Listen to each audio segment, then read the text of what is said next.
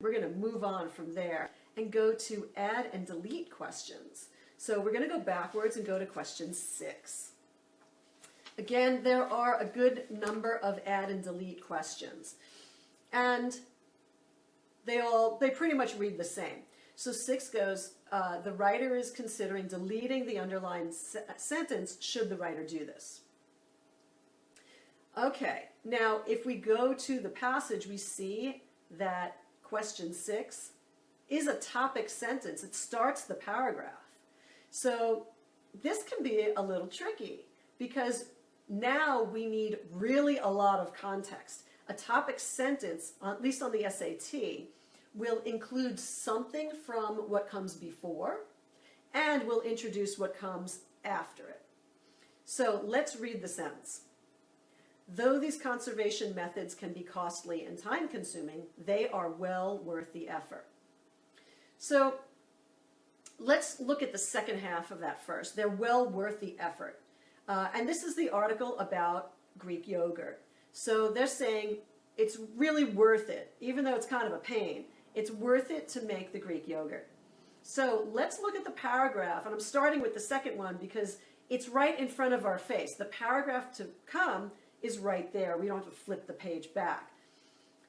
Is it well worth it? Is that what this paragraph is talking about? And it goes on to say, well, it's healthy, it has a lot of calcium and protein, it's good for digestion, and there's not a lot of calories. So, and then it goes on to say it's a little bit lower in sugar and carbs. So it is indeed saying all these benefits of Greek yogurt. So the second half of that topic sentence seems good. Now the first one is talking about conservation methods, and they're kind of costly and time consuming. So we want to go back now and read the paragraph before and see, are they talking about conservation methods? And this is when they're talking about, we were here before where they're talking about disposing of the acid way runoff and how to do it. And if it's not done right, it can cause problems, right? I think that accurately reflects that the methods are kind of work. So to me, this seems like a pretty good topic sentence. So that means when we go back to the sentence, to the question itself, we should not delete. We should keep it. So should the writer delete? No. The answer is either going to be C or D. We can cross out A and B. All right, so now it's just a question of what's the right explanation for why it shouldn't be deleted. Does it continue to explain how acid whey can be disposed of safely? That's C. No. It's just talking about all the good things about Greek yogurt. So C goes, the answer is D. And when we look at D, it just says, it sets up the argument in the paragraph for the benefits of Greek yogurt, and that clearly does.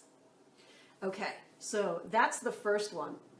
We're going to do 2 more, and the next one is number 28.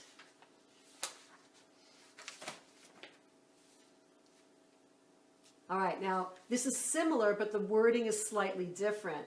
It says the writer is considering deleting the underlined sentence. Should the sentence be kept or deleted? So instead of a yes or a no, it's kept or deleted, as you can see from the answers. But the strategy is exactly the same. The only difference is that now this sentence is at, well, yeah, it's at the end of the paragraph instead of at the beginning of the paragraph. So it should be a little easier because it's not linking to anything. Okay, so we read the sentence. The cost of launching a new co-working business in the U.S. is estimated to be approximately $58,000. Now, we don't know if this should be kept or deleted until we read the rest of the paragraph. So again, here, I told you these things take more time because you need to get the context.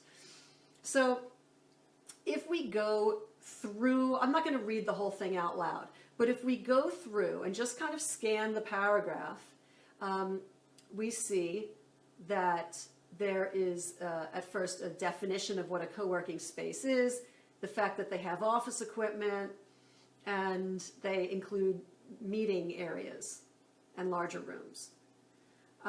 So it's really kind of just laying the groundwork for what co-working looks like. Now, does the fact of how much it costs to launch a co-working business fit in with that? I would say no. We're not talking about launching a business. We're talking about using a co-working space and kind of the definition of that.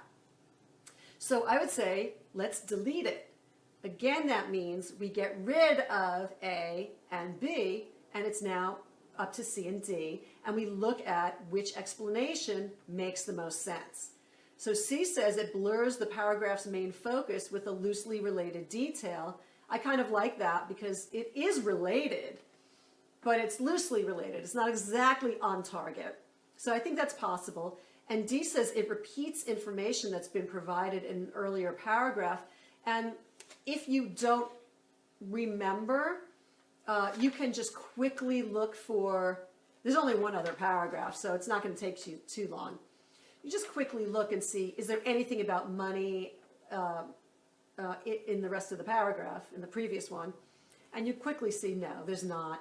The answer is C. All righty. You getting this? All right, let's do one last one, and then we'll be done with this video. And that's all the way at the end at 42.